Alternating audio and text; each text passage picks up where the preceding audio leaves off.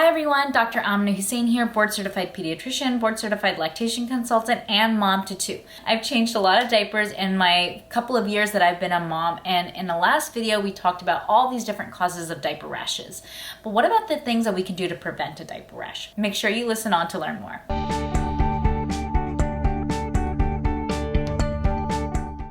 Let's talk about my 3 tips to prevent a diaper rash. My first tip is going to be providing a barrier cream. So a barrier cream is something that you put on the outside of your baby's diaper area right after a change, so you have a fresh diaper on, to make sure that you can possibly provide some barrier between the urine and stool they produce and that sensitive diapered area. So I like to use what we call in medicine like an emollient cream. That would be something that's the consistency of Vaseline, Aquaphor, or even something like a CeraVe healing ointment. So it's like the gloopy substance, if you will. And I like that because, again, it provides almost like a waterproof barrier. So in our house, we use Vaseline. It's cheap. It's readily available.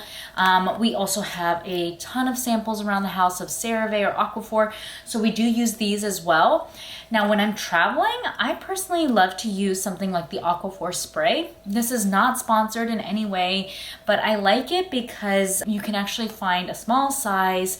It's easy to use. If, for example, you're in like an airport bathroom changing a diaper, you can easily just use it and not have to worry about your hands becoming sticky. Those are some of the substances that I like to use as a barrier cream, especially overnight, because there's going to be a lot of urine that your child might be producing. You don't necessarily have to wake them up to change the diaper, but you do want to make sure you keep that skin nice and protected. Speaking of, my second tip when it comes to protecting the diapered area is keeping the bottom dry. And I don't mean airing out the diapered area if there's a rash. Actually, this is a very common misconception. Sometimes if you have open sores or erosions from a diaper rash, some people might say to let it air out so that, there's less contact on those scabbed or sore areas, but actually this is not a good idea. The more dry a scabbed area gets, the more likely it is to take longer to heal.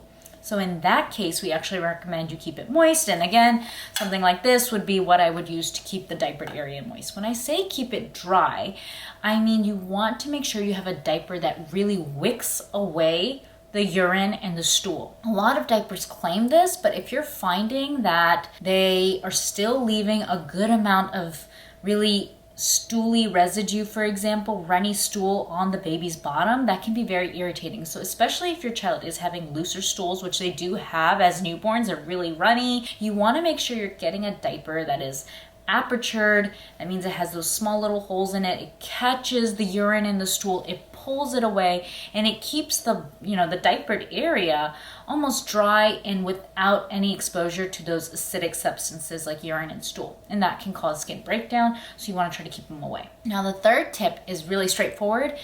Try to eliminate fragrances. There's a lot of diaper creams out on the market. There's a lot of parenting creams and ointments that are recommended that say that these fragrances will help calm your baby, etc. I just generally try to stay away from fragrances when it comes to my own skin, but definitely my children's skin. Baby skin is sensitive. You want to try to remove fragrances because these can be potential irritants that can also lead way and predispose to potential diaper rashes, especially if you have your child in them overnight. So you have a fragrance diaper cream or a fragrance lotion that you rub on or a fragrance diaper.